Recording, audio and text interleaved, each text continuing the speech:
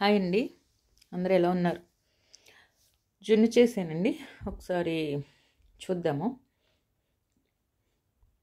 చూడండి ఎంత సాఫ్ట్గా వచ్చింది. ఫస్ట్ రోజు పాలైతే మనకి కొంచెం మామూలు పాలు ఇంకా నీళ్ళు పడతాయండి.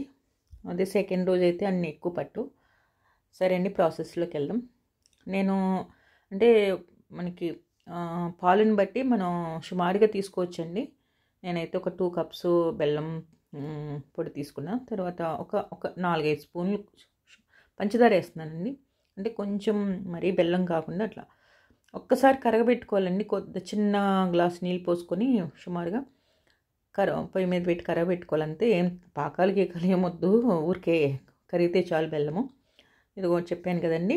ఒక బౌల్ తీసుకున్నాను. ఒక 1/2 లీటర్ వచ్చి పాలు తీసుకున్నాను.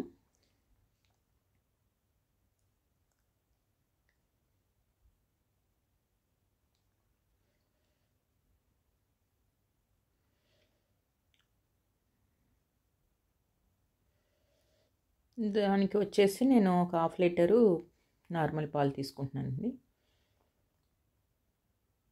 అంటే మనం తక్కువ పోసుకోవచ్చండి. గట్టిగా ఉంటుంది, కొంచెం సాఫ్ట్గా ఉంటే బాగుంటుందండి. గట్టిగా ఇష్టపడే వాళ్ళు కొంచెం పాలు తగ్గించుకోండి. పాలును ఈ బెల్లంలో వేసిన వాటర్ తగ్గించుకుంటే మీకు కొంచెం గట్టిగానే వస్తుంది. నేను కొంచెం సాఫ్ట్గా ఉండేటట్టు వస్తుందని చేసుకుంటున్నాను. పూర్తిగా మనకి ఆ పాలు మొత్తం నేను డీప్ ఫ్రిడ్జ్లో పెట్టడం వల్ల గడ్డగట్టినాయండి. అది మొత్తం కరిగిపోయినాక మనం ఏ గిన్నెలో మనం జున్ను చేసుకుంటామో ఆ గిన్నెలో మొత్తం వడపోసేసుకోండి. బెల్లంలో ఉన్న ఏమైనా డస్ట్ కానీ మొత్తం నేను పాలలో వేసినాక వడపోసుకుంటున్నాను. ఇంకా పాలు కూడా ఒకేసారి అన్నీ మనకి ఫిల్టర్ అయిపోతుందని మనం పూర్తిగా వడపోసి పెట్టుకుని దీనికి ఒక ఇడ్లీ గిన్నె పెట్టేసుకోండి. నేను ఇది క్లిప్ మిస్ అయ్యిందండి. నేను మిరియాల పొడి ఇంకా ఇలాచీ పొడి దంచి వేసాను. ఒక జున్నుపాలలో కంపల్సరీ మిరియాల పొడి వేయాలండి. వాతము మిరియాల పొడి వేసే వండుకోవాలి. ఇడ్లీ పాత్ర పెట్టుకొని ఒక పెద్ద గ్లాస్ నీళ్ళు పోసుకోవాలండి.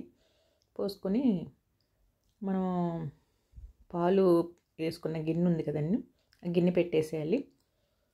అది కంపల్సరీ అండి. మిరియాల పొడి ఇంకా ఇలాచీ మనకి మంచి స్మెల్ వస్తుంది, బాగుంటుంది ఇలాచీ పొడి. మిరియాల పొడి మాత్రం వాతం అండి.